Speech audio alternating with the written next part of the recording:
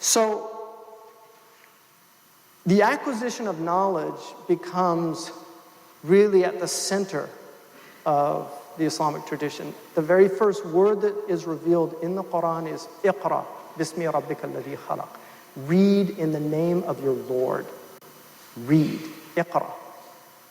This is why there's a wonderful book that was written about the love of libraries and the fact that in many Muslim countries, the most prized possession in the house was the library.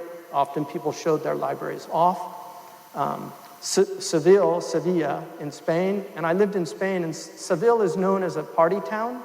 Seville was also known as a party town 1,000 years ago.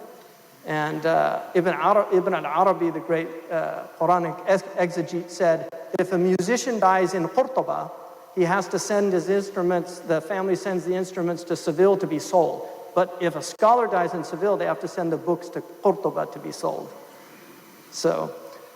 But this really was at the center of Islamic civilization. Now, the Prophet Muhammad said, be a scholar, be a student of knowledge, be a helper of the two, or be a lover of those.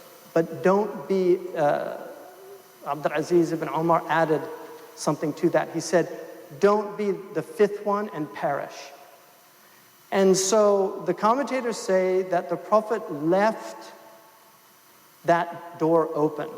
That if you were not somebody who was actively seeking knowledge and acquiring it, at least be somebody facilitating that, like the wonderful people that built Yale University, right?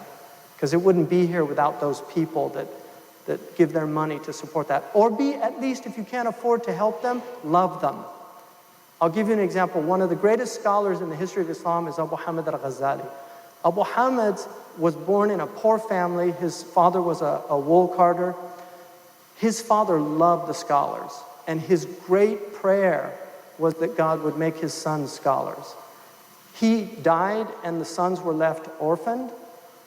Both Abu Hamid and his brother Ahmed became two of the greatest scholars in the history of Islam, particularly Abu Hamid. And this was something, like every Irish family gave at least one of their children to the priesthood.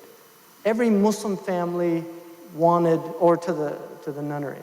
Every Muslim family wanted at least one of their children to be a scholar. This was so deeply rooted in the Islamic ethos.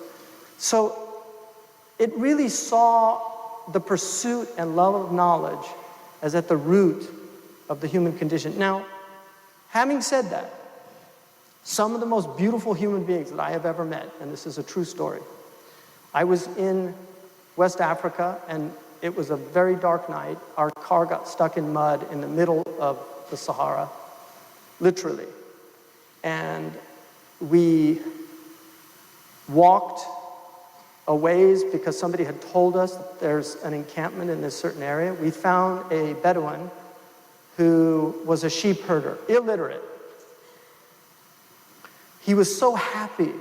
And he was the only person out there with his goats and sheep. He was so happy to see us. He went, he slaughtered a goat, he fed us. It was an extremely windy night with a lot of rain. When we woke up, he had stayed the whole night holding the centerpiece of the tent to make sure that it didn't collapse on us. That was his hospitality, because we were his guests. And the Prophet said, whoever believes in God on the last day, let him honor the guest. And that was, somebody who was with me from England could not believe it. This man had actually deprived himself of sleep in order to ensure that we slept. Some of the best people that I have met in this world have been illiterate, simple believers. And that's the truth. And I have absolutely no contempt for those people at all. What I see is that some people are facilitated to learn.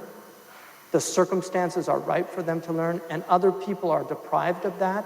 The people that do have the gift of learning should actively be engaged in trying to spread that gift to other people, because learning in the true sense of the word, not learning for a degree, not learning to become somebody of stature or somebody of wealth, but learning really for the sake of God and our tradition.